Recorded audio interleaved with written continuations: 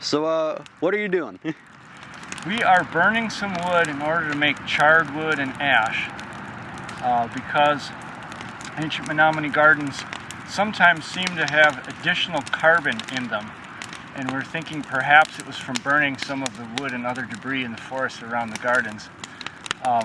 Charred wood is just very activated carbon, and it's really excellent for holding fertility and for holding water. So it's a long-term carbon addition that seems beneficial in certain places, especially soils that are low in organic matter and somewhat acidic, like some of the soils around here.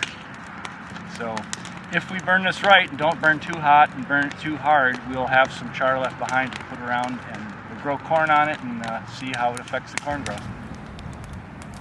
Well, we were looking at a couple of different soil amendments that may have been used by the Menominee ancestors, or at least mimic those that may have been used by the Menominee ancestors. So charred wood for one, and then river resources for another. So we're using fish emulsion as a stand-in for river mud and fish and all the rest, because it's a little easier to apply and get your hands on.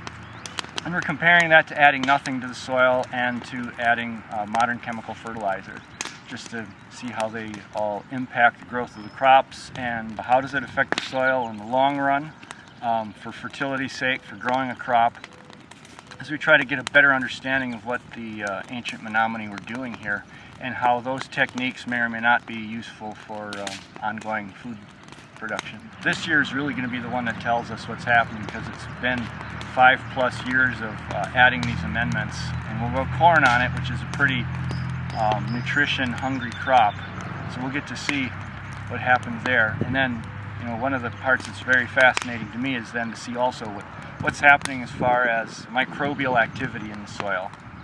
You know, are we positively or negatively impacting those? Because in the end, microbes in the soil are as big a part of agriculture as the crops we plant, really.